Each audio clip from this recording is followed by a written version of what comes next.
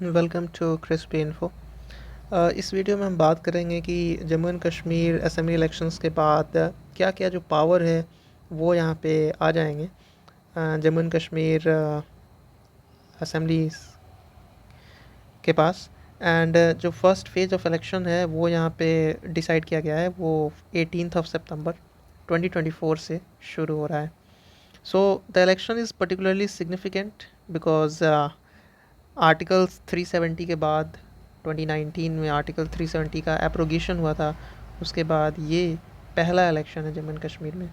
सो fundamentally ये जो है political and constitutional landscape of the region को चेंज करने वाला है।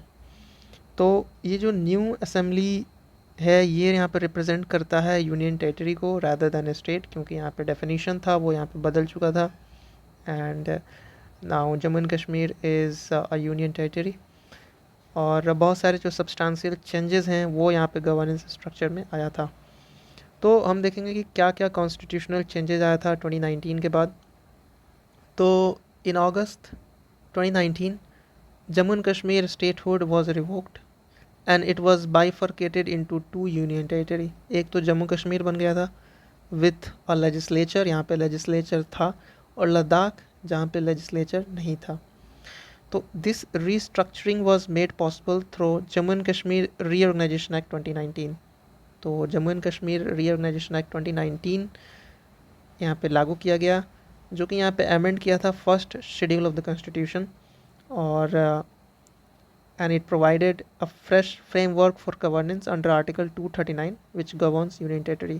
So Article 239 में ही यहाँ पे यूनियन टेरिटरी किस तरह से गवर्न होगा उसके बारे में, जैसे आर्टिकल 239 ए भी बनाया गया था फॉर दिल्ली। तो जो गवर्नेंस स्ट्रक्चर है जम्मू एंड कश्मीर उसके बारे में हम देखेंगे। तो the governance of new union territory of Jammu and Kashmir is unique, और ये बिल्कुल सेम है जो कि यहाँ पे Delhi and Puducherry model follow करता है, लेकिन कुछ कुछ डिस्टिंक्शंस हैं। ठीक है, तो क्योंकि दिल्ली में भी लेजिस्लेचर है, जम्मू एंड कश्मीर में भी लेजिस्लेचर है। So under article 239A the region will have a legislative assembly similar to Puducherry. So article 239A में ये बताया गया है कि लेजिस्लेटिव असेंबली जो है वो यहाँ पे होगा यूनियन टेरिटरी में, जैसे पुडुचेरी में भी लेजिस्लेटिव असेंबली है। हालांकि जो पावर्स है of this assembly will differ substantially from the powers held by state. तो स्टेट में जो लेजिस्लेटिव असेंबली होते हैं उनसे ये थोड़ा सा अलग होगा। Now powers of legislative assembly के बारे में हम देखेंगे। सो Jammu and Kashmir Reorganization Act 2019 outlines the specific powers of Legislative Assembly.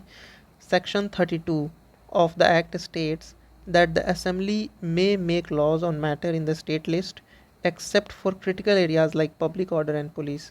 So Section 32 में ये है कि जो स्टेट है वो यहाँ पे सॉरी जो यूनियन टेरिटरी है वो यहाँ पे कानून बना सकेगा स्टेट लिस्ट के ऊपर, खासकर पब्लिक ऑर्डर एंड पुलिस को छोड़ के। तो इन दोनों के अलावा और भी जो लॉ हैं, जो कानून है, वो यहाँ पे और भी मैटर्स के ऊपर बना सकते हैं सेक्शन 32 के हिसाब से। ठीक है, additionally the assembly can legislate on subjects in the concurrent list as long as such laws do not conflict with the central legislation. वो कंकरेंट लिस्ट के ऊपर भी जो है असेंबली स्टेट जो यूनियन टेरिटरी की जो असेंबली है लेजिस्लेटिव असेंबली वो यहाँ पे बना सकती है एज लॉन्ग एज वो किसी भी सेंट्रल लेजिस्लेशन से कन्फ्लिक्ट ना करे। हालांकि section 36 introduces an important condition for financial legislation. Financial legislation के ऊपर सेक्शन 36 में बताया गया है कि any bill related to financial obligations must be recommended by LG. तो जो लेफ्टिनेंट गवर्नर हैं वो रिकमेंडेशन देंगे, उसके बाद ही कोई भी बिल वो यहाँ पे इंट्रोड्यूस किया जाएगा असेंबली में। कमेंट करके आप बता सकते हैं कि जो दिल्ली के एलजी हैं वो यहाँ पे कौन है, कमेंट करके बताइए आप। सो इससे जो है जो लेफ्टिनेंट गवर्नर हैं उनको यहाँ पे कंट्रोल मिला बहुत सारे पॉलिसीज़ के ऊपर, जो कि यहाँ पे एक पूरे रीजन के फाइनेंस को यहाँ पे इम्पैक्ट कर सकता है। तो इसको अगर हम समराइज़ करें तो लेजिस्लेटिव असेंबली जो Jammu and Kashmir reorganisation act है 2019 उसमें ये बताया गया कि जो भी लॉ है, आपको बनाना है कानून, वो आप स्टेट लिस्ट के ऊपर बना सकते हैं, पब्लिक ऑर्डर एंड पुलिस को छोड़ के। साथ साथ कंकरेंट लिस्ट के ऊपर भी आप बना सकते हैं, एज लॉन्ग एज ये जो है सेंट्रल लेजिस्लेशन मतलब केंद्र के जो भी कानून है उससे कन्फ्लिक्ट ना करे। सेक्शन 36 बिल्कुल फाइनेंशियल लेजिस्लेशन के ऊपर बताता है, और ये बताता है कि कोई भी अगर फाइनेंशियल डिसीजंस लेने हैं तो वो सबसे पहले लेफ्टिनेंट गवर्नर उसको अप्रूव करेंगे, उसको रिकमेंड करेंगे, एंड देन बाद में उसको जो है असेंबली में इंट्रोड्यूस किया जा सकेगा।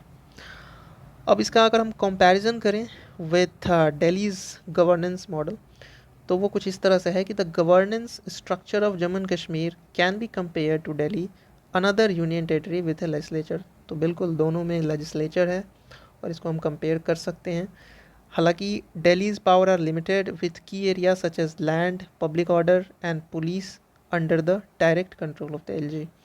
तो जो भी दिल्ली में यहाँ पे पब्लिक ऑर्डर हो गया, पुलिस ऑर्डर हो गया, ठीक है, लैंड हो गया, ये यहाँ पे एलजी के डायरेक्ट कंट्रोल में है।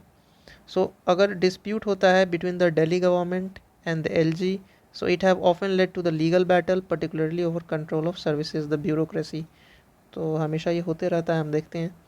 जम्मू कश्मीर में भी LG has similar control over public order, police and anti corruption matters. तो बिल्कुल सेम, वहाँ पे एक लैंड है, पब्लिक ऑर्डर है, पुलिस है दिल्ली में, लेकिन यहाँ पे पब्लिक ऑर्डर है, पुलिस है, और एंटी करप्शन मैटर्स के ऊपर जो है वो एलजी का पूरा कंट्रोल है। The 2019 Act also allows the LG to exercise discretion on issue outside the purview of Legislative Assembly।